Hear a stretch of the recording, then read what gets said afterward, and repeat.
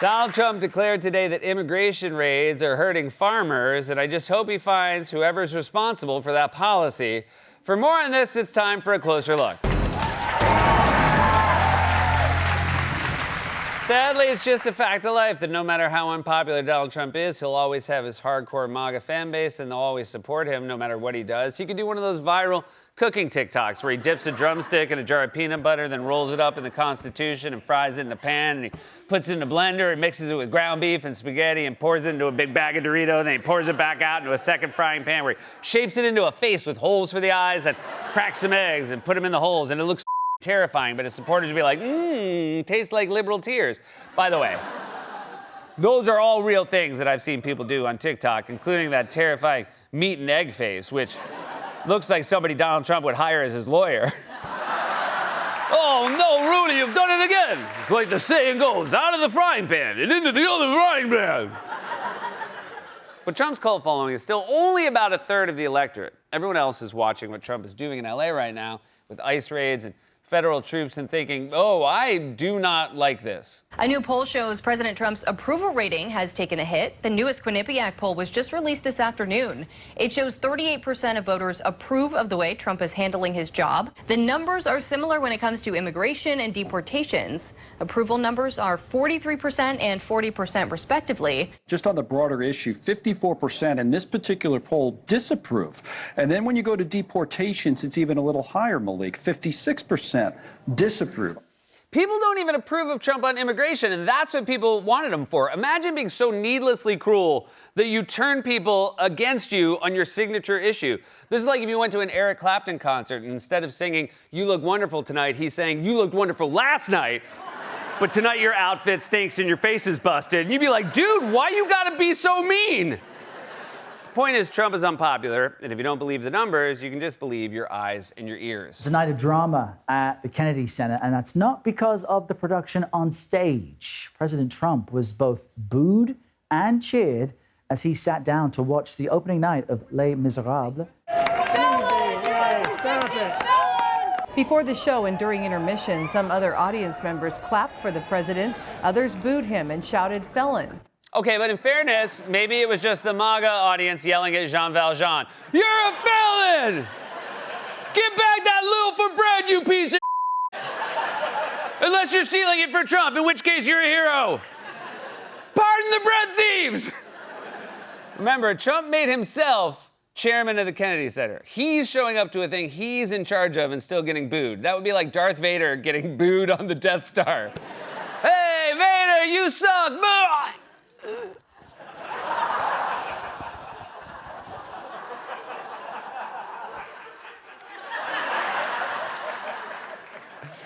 It's also so funny to get booed in a tux. The only time I ever got booed in a tux is when I told my driver to take me to the Met Gala, and instead he took me to the Met game.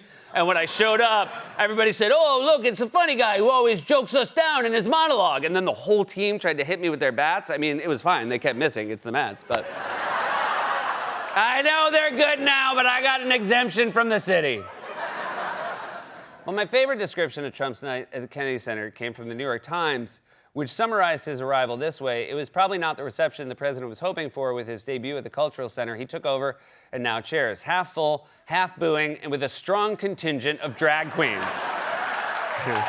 Now, I've certainly had my disagreements with the media over the years, but that right there deserves a Pulitzer Prize. I just love how passive-aggressive it is. That's how Lorne Michaels would react when a sketch dies at dress. Probably not the reception you were hoping for.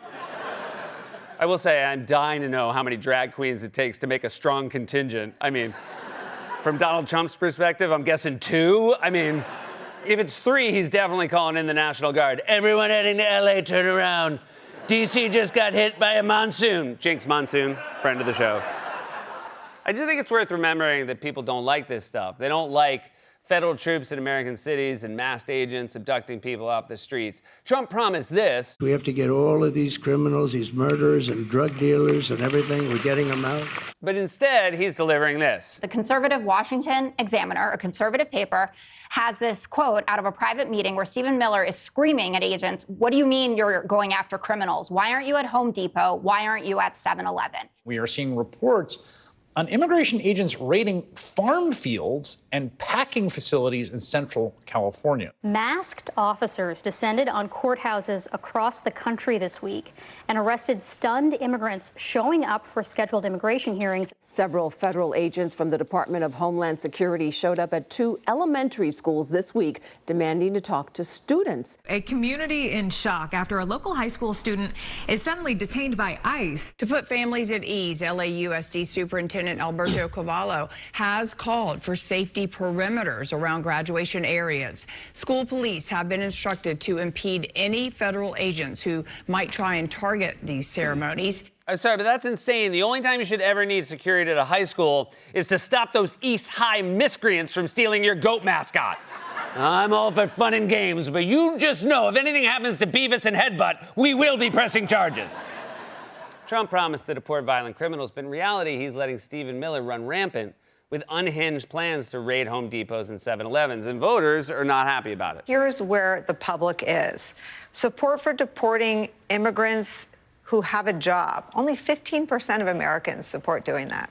Support for deporting immigrants who are parents of children born in the U.S. 14%. Support for deporting immigrants who came to the United States as children, just 9%. Support for deporting immigrants who are married to a U.S. citizen, 5%. That means 95%, 91%, 86%, and 85% of Americans are opposed to doing all of those things. If you look at the polling about kids who came here into the United States, or people who've been here for more than 10 years who have not committed crimes, the polling shows that's where Americans, they're a little iffy about this mass deportations idea. That's just common sense. If you've been anywhere for 10 years, you should be allowed to stay. I mean, I've been at 30 Rock for way longer than 10 years, and when my time's up, NBC is going to have to drag me out of here by my feet. And even then, I'm just going to sneak back in and do my own secret live stream from under the desk with Wally holding up pictures over my shoulder. Wally, true story, Wally's been here so long, 30 Rock wasn't even here yet. They built it around him while he was asleep on a bench. I still can't believe I didn't wake up. Yeah, I can. And to justify this wildly unpopular crackdown on innocent people just living their lives, Trump and his lackeys on state TV have had to manufacture an alternate reality where LA is under siege from violent rioters, and only federal troops can stop them, even when federal troops aren't actually there. The president addressing the unrest on social media, writing, "Thank you to the National Guard for a job well done."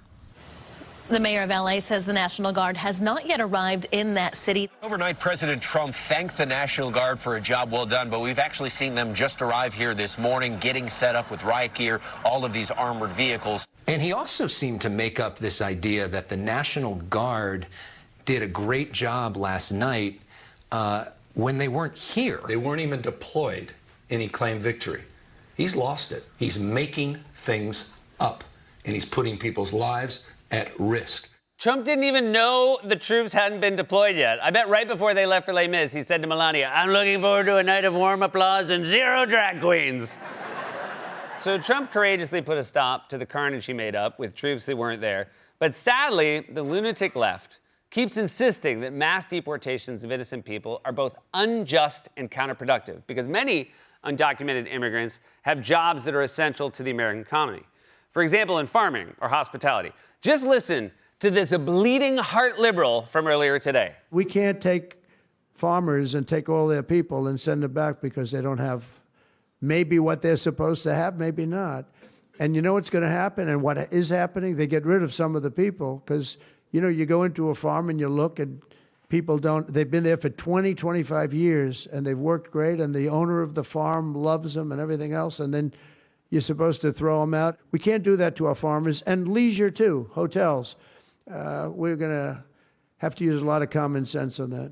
Yeah, wait, what? That's our argument. That's what we've been saying this whole time. I feel crazy right now. This is like being in a fight with your spouse and they immediately change opinions and start arguing your position back to you. Honey, we can't have dinner with the Millers tonight. We have to stay home, order takeout, and watch the NBA Finals. But that's what I just said! Is this a trap? This thing keeps happening with Trump, where every time he runs for president, we spend 2 years explaining to him why his ideas are insane, and then he gets elected anyway, and then it takes 3 months before he learns that we were right and his ideas are insane. Last time it was healthcare. Nobody knew that healthcare could be so complicated. We knew. We all knew. Why can't you just listen to us before you run? Why do you need on-the-job training? I feel like the manager at a Sweet Green who was forced to hire my wife's cousin, and on day 2, he's like, whoa, what the hell is a Harvest Bowl? I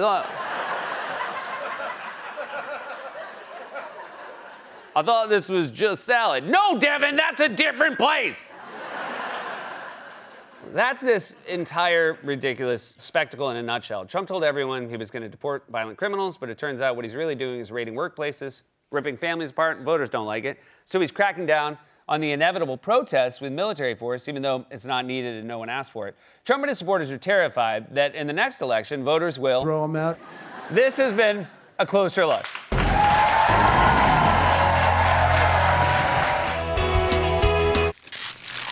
It's a fight-off!